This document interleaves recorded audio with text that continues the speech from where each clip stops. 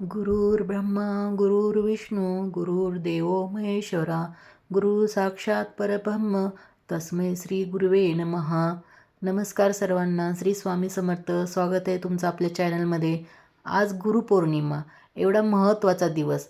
सर्वांची स्वामी सेवा तर झालीच असेल. प्रत्येकाने आज थोडी का होईना स्वामी सेवा नक्कीच केली असणार आहे. किंवा तुमचे गुरु कोणीही असतील, आई वडील म्हणा किंवा तुम्ही कोणालाही गुरु मानत असाल, त्यांना तुम्ही मनोभावे नमस्कार केला असेल. म्हणजेच काय, कोणत्या ना कोणत्या प्रकारे आपण आपल्या गुरूंचे आभार मानले असणार आहेत. तर आज गुरुपौर्णिमेनिमित्त माझी अगदी व्यवस्थित स्वामी सेवा झालेली आहे. अभिषेक करताना पण सेवा केलेल्या आहेत आणि स्वामीचरित्र सारामृताचा एक पाठ पण मी दिवसभरामध्ये करणार आहे. त्याबरोबर संध्याकाळी म्हणजेच 8 वाजेच्या अगोदर सत्यनारायण पूजाही करायची आहे.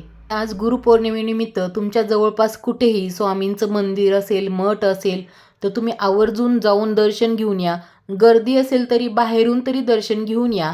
आणि दिवसभर तुमची स्वामी सेवा तर होणारच आहे, पण स्वामी सेवेबरोबर आपल्याला इतरही सेवा करायच्या आहेत. जसं की माता लक्ष्मीची सेवा आहे, श्रीहरी भगवान विष्णूंची सेवा आहे. पौर्णिमा तिथी ही माता लक्ष्मीला समर्पित आहे आणि म्हणूनच आपण पौर्णिमेला सत्यनारायण पूजा करत असतो. कारण माता लक्ष्मी आणि भगवान श्रीहरी विष्णूंची एकत्रित सेवा आपण पौर्णिमेला करत असतो. तुपाचा दिवा लावायचा आहे. रोज आपण तेलाचा दिवा लावतो, पण आज पौर्णिमेच्या दिवशी आपल्याला गाईच्या तुपाचा दिवा लावायचा आहे. आता त्याबरोबरच भगवान श्रीहरी विष्णूंना काय प्रिय आहे, तर तुळस प्रिय आहे. म्हणूनच आज गुरुपौर्णिमा आहे आणि गुरुपौर्णिमेच्या संध्याकाळी आपल्याला तुळशीजवळ दिवा लावायचा आहे. तसं तर आपण रोजच दिवा लावतो, पण पौर्णिमेच्या दिवशी आपण रोज सकाळी ही पूजा केल्यानंतर तुळशीला पाणी घालत असतो, हळद कुंकू अर्पण करून नमस्कार करत असतो. आज संध्याकाळच्या वेळेस आपल्याला तुपाचा दिवा लावायचा आहे आणि नमस्कार करायचा आहे, कारण तुळस ही भगवान श्रीहरी विष्णूंना अतिप्रिय आहे. त्याचबरोबर आपल्याला अजून एक काम करायचं आहे. पौर्णिमेच्या दिवशी आपल्याला संध्याकाळी चंद्राची पण पूजा करायची आहे. चंद्राला बघा दूध अर्पण करायचं आहे. तुम्ही पाणी आणि दूध अर्पण करून जर अर्घ्य दिलं तरी चालेल. जसं आपण सूर्याला सकाळी अर्घ्य देतो त्याप्रमाणे संध्याकाळी आपल्याला चंद्राला अर्घ्य द्यायचं आहे. हळदी कुंकू अर्पण करून चंद्राची पूजा करायची आहे. चतुर्थीच्या दिवशी पण आपण चंद्राची अशाच प्रकारे पूजा करत असतो.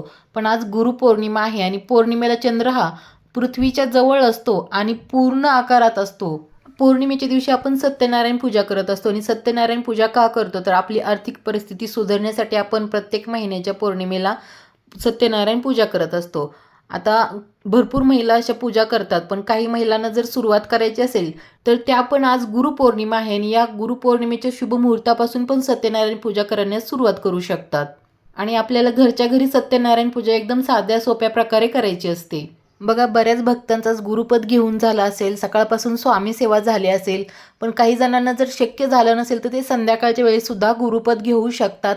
आणि दिवसभरामध्ये जर स्वामी सेवा झाली नसेल तर ते संध्याकाळी सुद्धा स्वामी सेवा करू शकतात. स्वामी सेवा करण्यासाठी कोणतीही वेळ नसते, असं कोणत्याही वेळेस आपण स्वामी सेवा करू शकतो.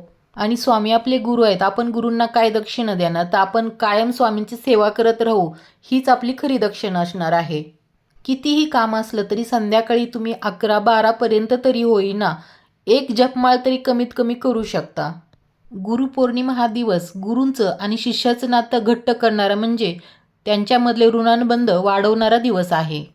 तुम्ही जर स्वामींना गुरु मानत असाल तर आजच्या दिवशी स्वामींना दक्षिणेच्या स्वरूपात देण्यासाठी सेवा करा. आणि तुम्ही जर इतर व्यक्तींना कोणाला गुरु मानत असाल तर त्यांचे मनोभावे तुम्ही आभार व्यक्त करा. आणि संध्याकाळी सांगितल्याप्रमाणे तुळशीला एक दिवा तुपाचा अवश्य लावा आणि चंद्रोदयानंतर चंद्राची पण पूजा करा. आता चंद्र जर नाही दिसला तरी पण चंद्रोदयाचं जे टायमिंग असतं त्या टायमिंगला तुम्ही कॅलेंडरमध्ये पाहून पूजा करून घेऊ शकता. तर व्हिडिओ अतिशय छोटा होता. व्हिडिओ आवडला असेल तर व्हिडिओला लाईक करा, कमेंट करा आणि चॅनलला सबस्क्राईब केलं नसेल तर चॅनलला सबस्क्राईब करा. धन्यवाद.